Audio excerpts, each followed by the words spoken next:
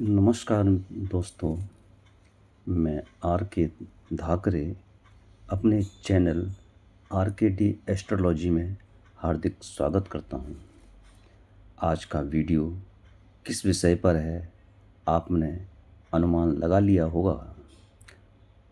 हम वीडियो के मुख्य विषय पर आते हैं। हमारा विषय है संतान सुख, वंश वृद्धि।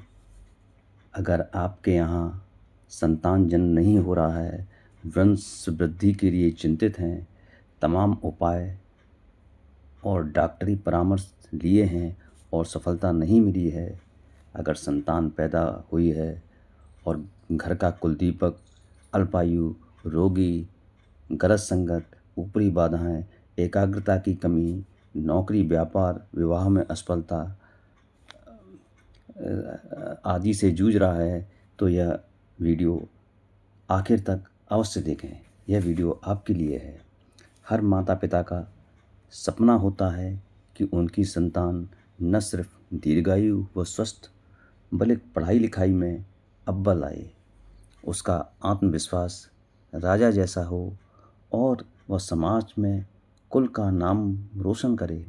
लेकिन कई बार अथक प्रयासों और डॉक्टरों के चक्कर काटने के बाद भी संतान उत्पत्ति या वंश वृद्धि में रुकावटें आती हैं, या फिर संतान होने के बाद उसकी सेहत, पढ़ाई या जिद्दी स्वभाव को लेकर माता पिता हमेशा चिंतित रहते हैं। संतान सुख और वंश वृद्धि के अचूक उपाय। लाल किताब में संतान पक्ष और वंश बेल को आगे बढ़ाने के बहुत ही गहरे और सटीक सिद्धांत दिए गए हैं।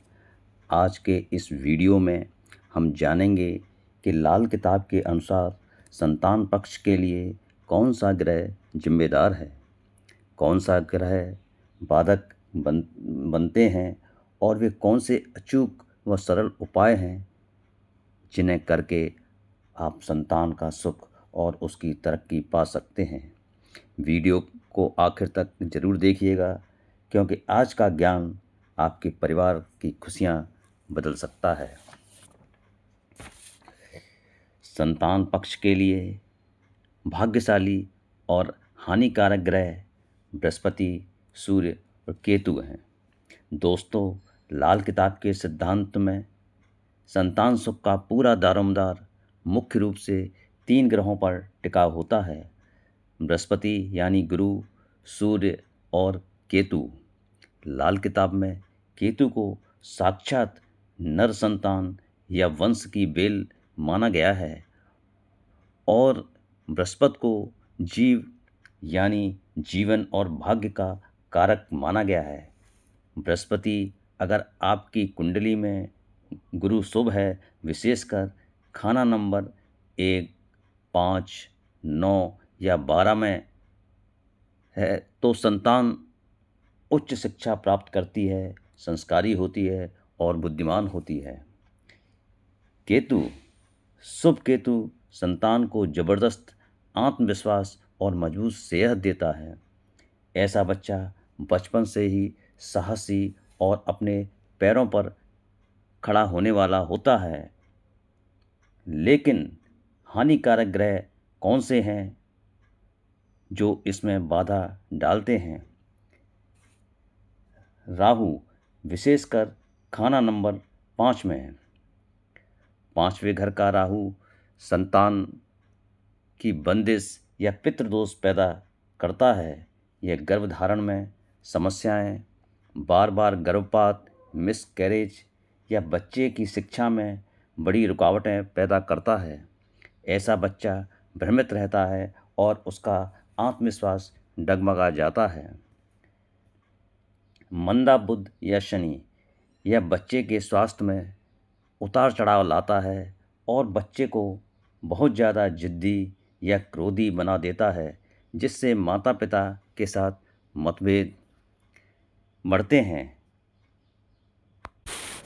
वंश वृद्धि और संतानोत्पत्ति के अचूक उपाय।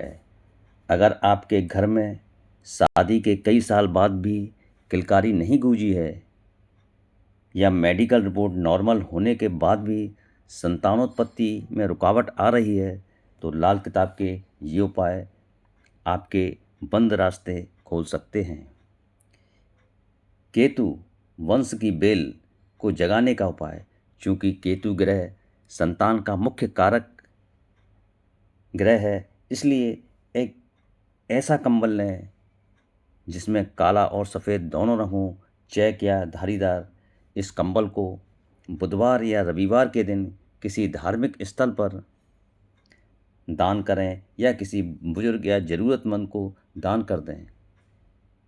इसके साथ ही गली के आवारा काले सफ़ेद दोरंगे या चितकबरी कुत्तों को रोज़ दूध, रोटी या बिस्किट खिलाएं।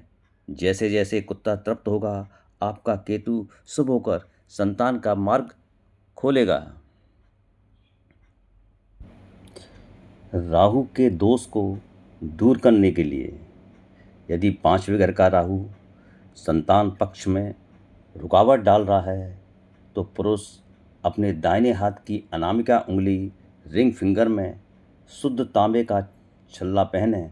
ध्यान रहे, इसमें कोई जोड़ या टाँका नहीं होना चाहिए। पितृदोष दूर करने के लिए, यदि वंश वृद्धि में पूर्वजों का कोई दोष आड़े आ रहा है, तो किसी पवित्र तीर्थ स्थान जैसे हरिद्वार की मिट्टी या वहाँ का कोई पूजनीय पत्थर लाकर अपने घर में साफ जगह पर स्थापित करें और श्रद्धा भाव से उसकी सेवा करें। बच्चों की तरक्की और सेहत के उपाय।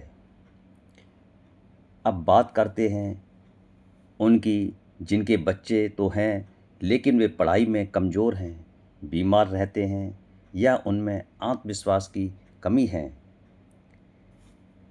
एकाग्रता और शिक्षा के लिए एक मिट्टी के छोटे बर्तन कुल्हड़ में शुद्ध शहद भरकर उसे घर के किसी सुनसान कोने में सुरक्षित रख दें।